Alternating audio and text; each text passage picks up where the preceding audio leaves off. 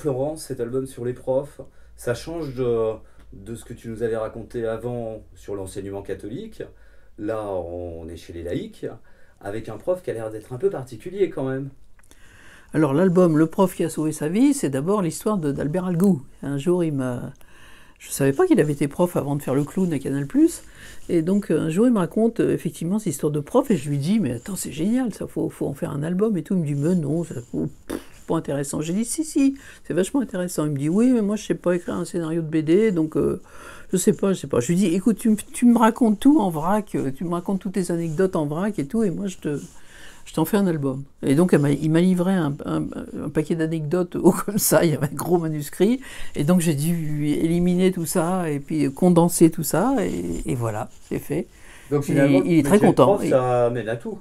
Et bien sûr, et voilà, donc c'est rigolo, c'est le parcours du prof de province, lointaine province, et qui finit clown à Canal+, à Paris, quoi. Donc c'est tout le parcours, c'est drôle. Oui, il y a même un moment où l'Éducation nationale refuse de finalement le mettre en disposition, etc. Oui, parce que en fin de compte, c'était un très bon prof, effectivement. C'était cette race de prof, un peu comme Daniel Pénac, qu'on sauvait un tas d'enfants en les emmenant dans d'autres domaines que le programme rigide de l'éducation nationale. Donc il a emmené voir des films, voir des expos, faire lire des livres et tout ça. Et voilà, ils ont sauvé un tas de gosses qui étaient en échec scolaire et qu'ils ont sauvés. Et donc c'est drôle parce que Albert, il est toujours en relation avec tous ses élèves qu'il a sauvés, il les voit toujours. Ah oui, il y a toujours ça un crée, Alors c'est vrai qu'il il a vraiment créé des liens.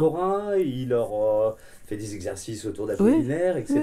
Oui. Prof un peu atypique quand même de l'éducation nationale, pas vraiment formaté. Non, complètement, mais le résultat est formidable. Et moi, j'étais dédicacé avec lui à Annecy, où il était prof et tout, et on a vu tous les collègues qui étaient encore vivants, les profs et élèves, qui sont venus faire dédicacer leur album. C'était drôle.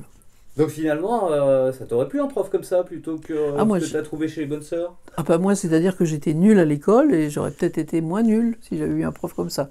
Et surtout, j'aurais gagné du temps, je pense. Parce que moi, à partir du moment où j'ai pu dessiner, aller aux Beaux-Arts et tout ça, j'ai trouvé enfin ma voie, et avant, ça a été dur, quoi.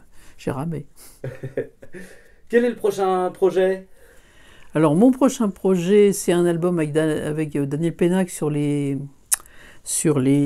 expressions. Donc on a fait les mots ont des oreilles, les mots se mangent, et là on va faire les mots ont des poils. Voilà, toutes les expressions avec les chiens, les chats, les poils et tout, il y en a beaucoup. Et puis après, je vais vous faire le démon de mamie. Voilà. Ah oui, parce que moi, déjà parlé. Moi, j'ai fait le démon de midi, 40 ans, le démon d'après-midi, 50 ans, le démon du soir, 60, et là, c'est mamie, 80 ans, la maison de retraite, le déambulateur, les petits-enfants, il y a du matériel. Donc ça, t'as déjà commencé à travailler dessus? Oui, je prends des notes. Donc tu visites les EHPAD du coin? Je me suis occupé de mes parents quand ils étaient en maison de retraite, donc là, j'ai pas mal d'anecdotes, et puis... Bon, ça va venir. J'interroge les gens, j'en parle à gauche, à droite. J'ai toujours des anecdotes qui me tombent, quoi. Voilà. Merci Florence. De rien. Au revoir.